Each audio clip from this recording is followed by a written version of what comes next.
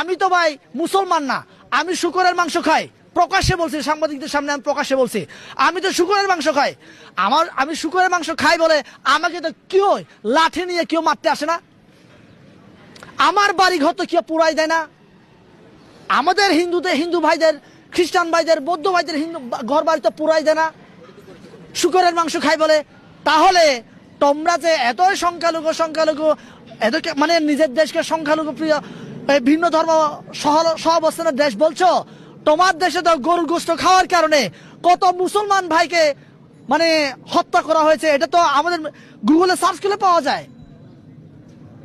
গরুর গোশত খাওয়ার কারণে আপনি মুসলমান ভাইদের ঘর বাড়ি পুরাই দেন, রাস্তাঘাটে হেনস্থা করেন, এটা তো আমরা দেখছি প্রতিনিয়ত।